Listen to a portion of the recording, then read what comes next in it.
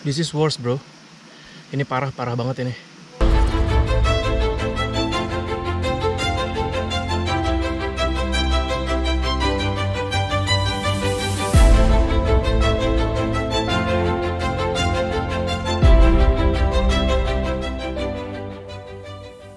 Selamat pagi, siang, sore, ataupun malam. Apa kabar semuanya? Hari ini gue bakalan riding terakhir di Flores, di NTT. Gue akan balik ke Labuan Bajo. Dan gue hari ini bakal melewati jalur utara. Yang kalau kata orang dari sini, jalur utara itu jalur neraka katanya. Jalur tantangan, karena jalurnya rusak parah katanya, apalagi dari Reok ke arah Bajo. Gue pribadi sih ngerasanya jalur yang paling parah ya sejauh ini ya. Jalur utara ini adalah Larantuka sampai Maumere. Dari Maumere sampai Reok ini masih fine lah, masih aman. Wah, gue rasa itu aja. Let's go!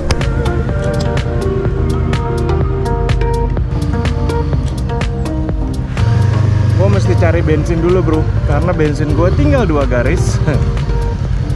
Dan perjalanan gue 130 km. Terus ya gue cuman mau jaga-jaga aja sih. Ada Pertamax nggak? Pertamax nggak ada? Di sini nggak ada pom bensin ya? Lewat sana. Jadi di sini tuh gue udah coba keliling ke semua pom bensin yang ada di Reok. So far cuma ada 2 pom bensin di sini. Dan dua-duanya tidak memiliki stok Pertamax. Kalau gue lihat di salah satu pom bensin itu sebetulnya di pelangnya itu tercantum tulisan Pertamax, tapi ya rupanya kosong. Gue denger dulu itu Reok emang sempat mendapatkan jatah Pertamax, tapi karena kurangnya minat masyarakat setempat ya akhirnya suplai Pertamax di stop. Karena gue udah agak hopeless, gue coba cari bengkel paling besar di sini, berharap mereka jual oktan booster, tapi rupanya ya nggak ada juga. Jadi mau nggak mau gue terpaksa isi Pertalite. Buat nambah oktan? Enggak.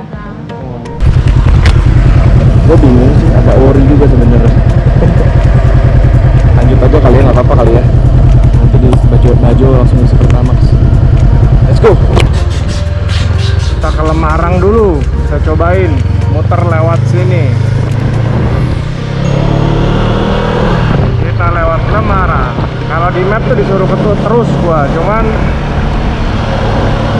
gue mau muterin apa ya, sisa pulau. sisa pulau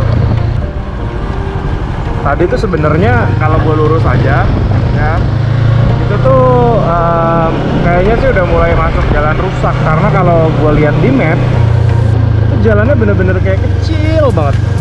Jadi kan kalau di Google Map itu kalau lu zoom in ya, kalau jalannya bener-bener jalan kecil, maksudnya jalan rusak parah deh, itu biasanya lo mesti zoom in, bener-bener zoom in banget, deketin banget, baru kelihatan itu ada jalur. Kalau enggak ya enggak.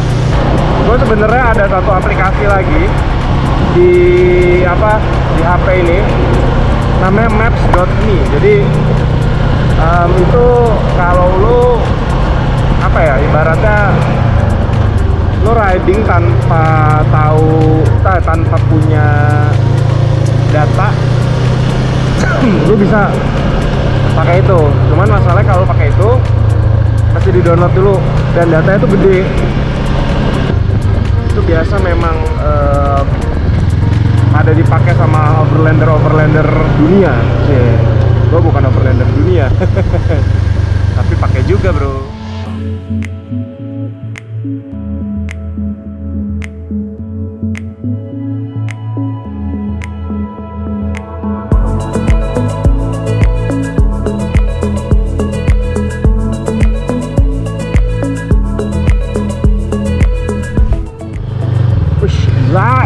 Gila.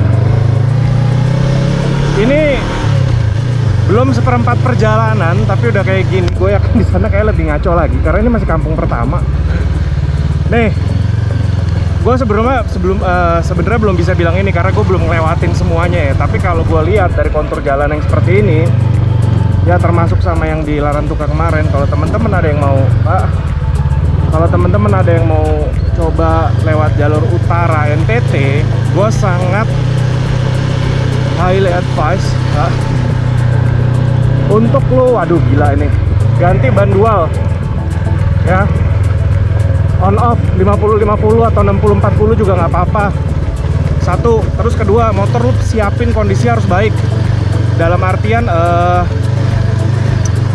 apa ya, kayak kampas rem, kampas kopling. Ini karena beresiko banget nih lewat jalan sini nih. Kalau misalkan kampas rem, kampas kopling lu udah jelek, udah mau habis,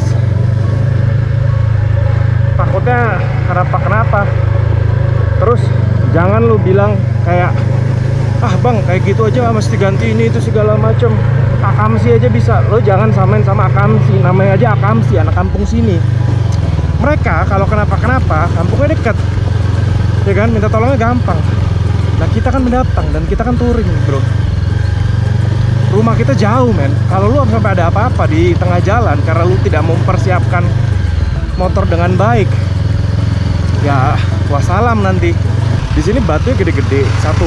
Plus tadi gue lihat ada beberapa jalan yang ada akar gitu men, akar nyembul ke jalanan gitu. Nah, itu bahaya kalau kita nggak pakai ban, apa ya, kalau kita nggak pakai ban dual, pakai ban standar doang itu agak berbahaya. So ya resiko masing-masing ya, gue sih hanya mengingatkan. Oke?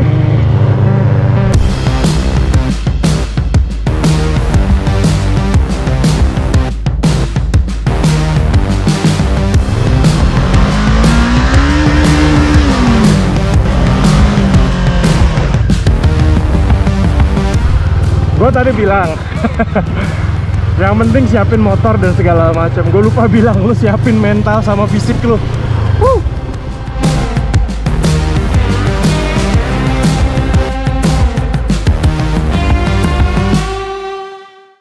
Selepas dari jalanan ngaco yang penuh lumpur, batu, dan ya segala macam tadi ya, jalanan di sini mulai terlihat membaik. Gua ngelihat mulai adanya alat-alat berat yang difungsikan untuk pembangunan jalan.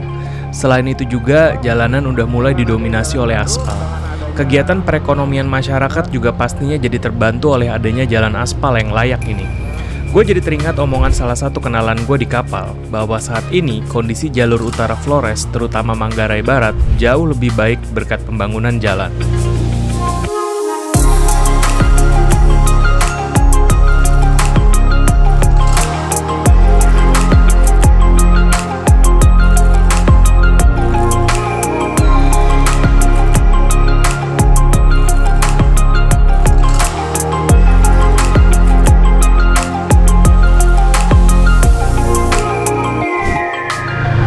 Kayaknya akan memulai memasuki jalan-jalan yang hancur lagi.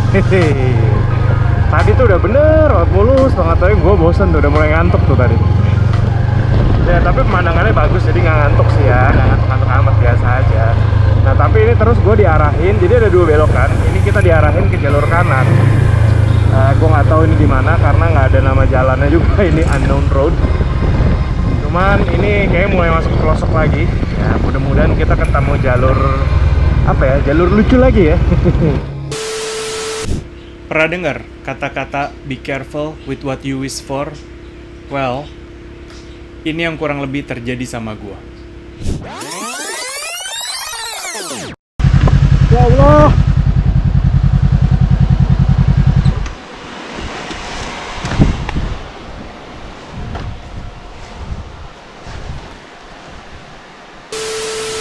Oke, sebelum sampai sana, gue mesti ceritain dulu gimana awal mulanya gue bisa terjebak di situasi seperti itu.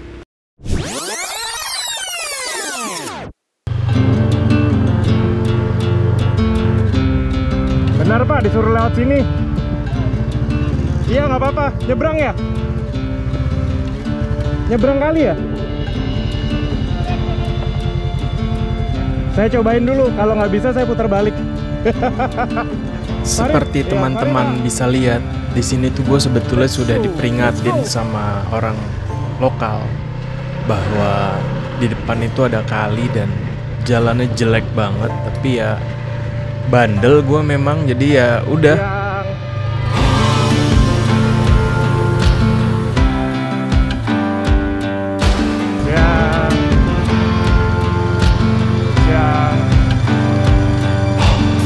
Jalanan awal saat memasuki desa sih sebetulnya masih cukup oke.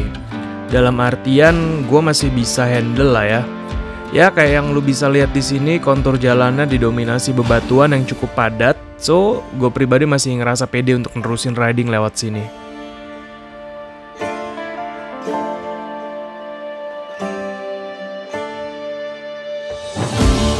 Di titik ini tuh gue udah curiga bahwa ini jalur tuh nggak seharusnya gue lewatin. Cuma ya dasarnya gue penasaran, gue tetap lanjutin aja. Kalau lo lihat di sini, mungkin jalannya kelihatan kayak datar biasa ya. Tapi sebetulnya jalanan sehabis desa tadi itu jalurnya terus menurun dan terjal. Ditambah jalannya yang makin lama makin rusak.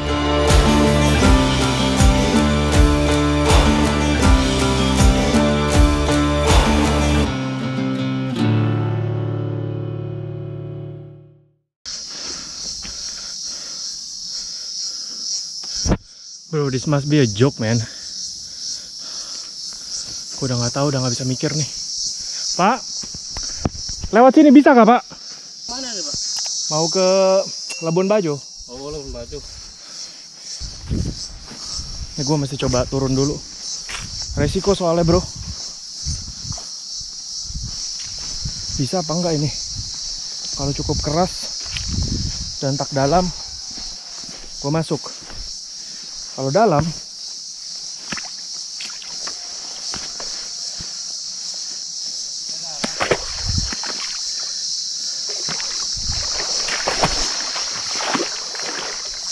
bisa harusnya ya. Apa gue lepas box dulu kali ya? Atau mau ikut sana? Ikut mana? Ikut ini. Oh, ke sana bisa juga? Iya. Oh, Tidak mau ikut yang itu tadi. saya tidak tahu soalnya. Yang jalan kecil ke situ tadi. Itu kemana itu arahnya? Itu ke sini juga. Ke sini juga? Oh, tidak lewat sini? Tidak lewat sini. Oh, sudah saya putar balik kalau begitu. Mana? Makasih Bapak. Pak.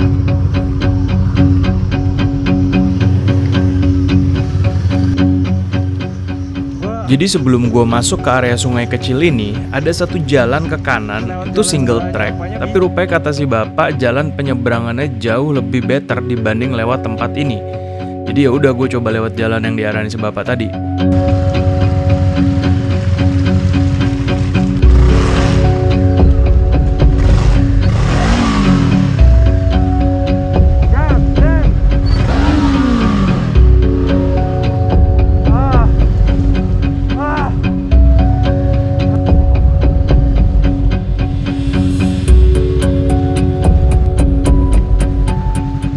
Tapi enggak men, gue salah. Ini nggak lebih better dari jalan sebelumnya.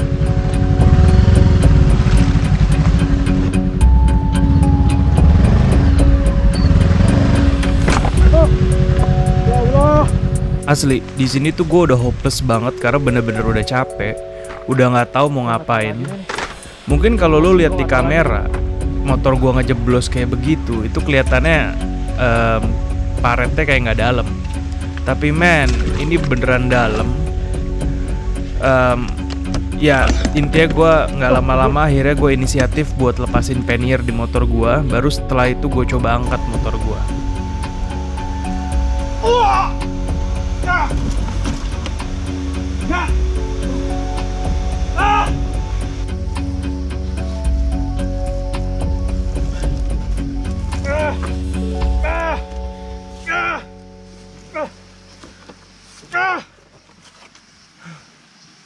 Ya nggak tahu. Terserah lah. Gue baru nyebrang dan nggak gue rekam. Gue udah nggak peduli lah. Gue udah capek banget. This is worse bro. Ini parah banget ini. Ini gue salah jalan kayaknya. Malah masuk ke jalan Trabasan. Gue nggak tahu deh. Udah. Ini ngaco banget, dan gue kalau mau balik pun Lu lihat tadi jalannya kayak tadi. Itu gue nggak tahu. Ini tadi untung gue dibantu warga, motor gue bisa diangkat akhirnya. Dan dia lagi ngambilin gue minum. Sumpah gue nggak tahu mau ngomong apa lagi nih. Gue capek banget. Masalah gue sendirian bro. Pengen nangis rasanya asli. Oke, di sini gue bakal coba narasiin lewat video terpisah aja ya. Intinya motor gue berhasil diangkat berkat bantuan warga lokal yang mendengar suara teriakan gue tadi. Jujur aja kondisi gue pada saat itu bener-bener dilema bro. Karena gue di situ dikasih tahu kalau gue lanjutin perjalanan, itu jalanannya jauh lebih parah dari yang saat ini gue laluin. Di satu sisi kalau gue harus putar balik, gue juga tahu gue nggak bakalan mampu. Semua footage yang lu lihat tadi itu bener-bener tidak memperlihatkan kondisi real jalur yang sesungguhnya. Ya mungkin efek kamera gue nggak tahu lah ya.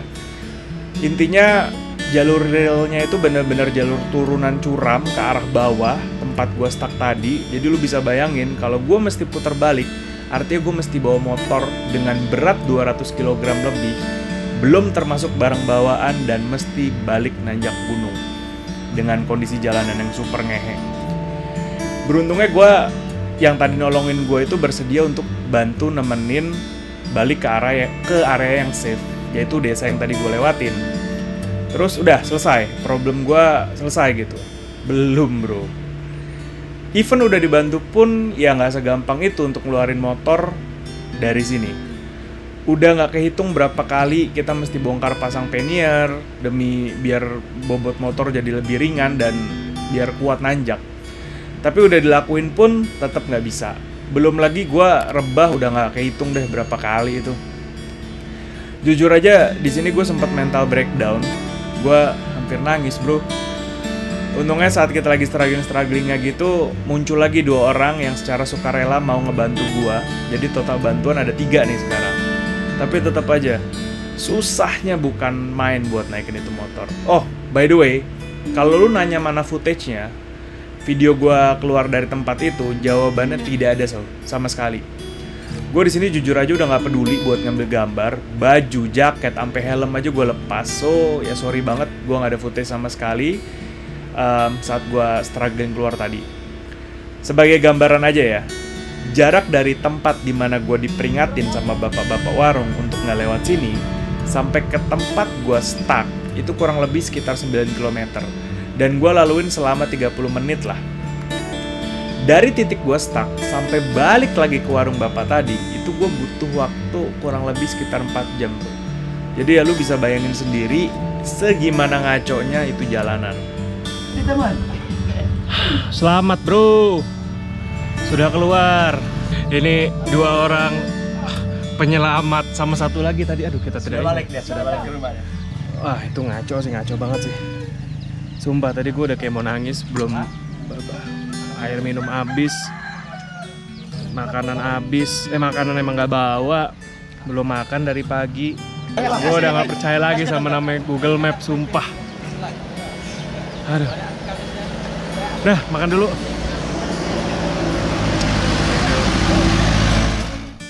Jadi gue lanjutin perjalanan lagi itu kurang lebih jam 5 dan gue baru sampai Labuan Bajo sekitar jam 9-10 malam. Sebetulnya ada cerita-cerita lain yang gue alamin saat perjalanan malam. Ya secara jalurnya hutan semua ya. Lu paham lah cerita apa yang gue maksud. Tapi karena gue rekam malam-malam juga gak kelihatan apa-apa, jadi ya biarlah ini jadi pengalaman buat diri gue sendiri aja.